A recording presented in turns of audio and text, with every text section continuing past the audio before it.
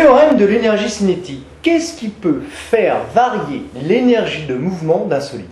Imaginons ce petit chariot qui roule sur une route avec une vitesse initiale de 10 mètres par seconde et puis qui freine. Alors pourquoi est-ce qu'il freine? Tout simplement parce qu'il y a une force de frottement.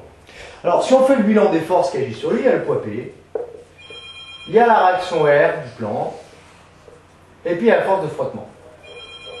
Voilà. Bien. Alors, on comprend bien que ce qui fait varier l'énergie cinétique, c'est la force de frottement.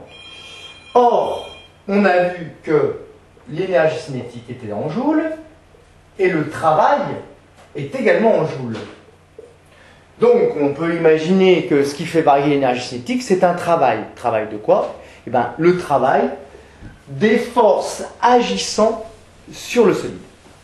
Donc, la variation d'énergie, qu'on note delta EC, au cours du mouvement, est égale à la somme des travaux des forces extérieures agissant sur le solide. Prenons ce cas particulier.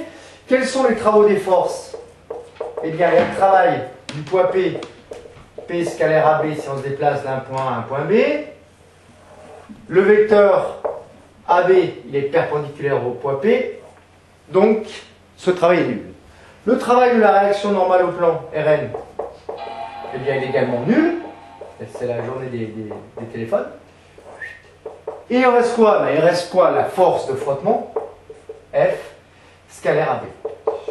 Entre F et AB, il y a un angle qui est égal à pi. Donc, la variation d'énergie cinétique dans ce cas-là est égale à la norme de F fois la norme de AB fois le cosinus entre F et AB qui vaut moins 1, donc ça nous fait moins F fois AB. Bon, au passage, cette variation d'énergie cinétique est égale à quoi? Tout simplement 1 demi de mvf carré, vitesse finale au carré, qui est nulle, moins l'énergie initiale 1 demi de mvi carré, qui elle n'est pas nulle évidemment, qui est égale à moins F fois AB. On voit bien que cette variation est négative, c'est-à-dire qu'il y a une perte d'énergie cinétique. Pourquoi une perte d'énergie cinétique?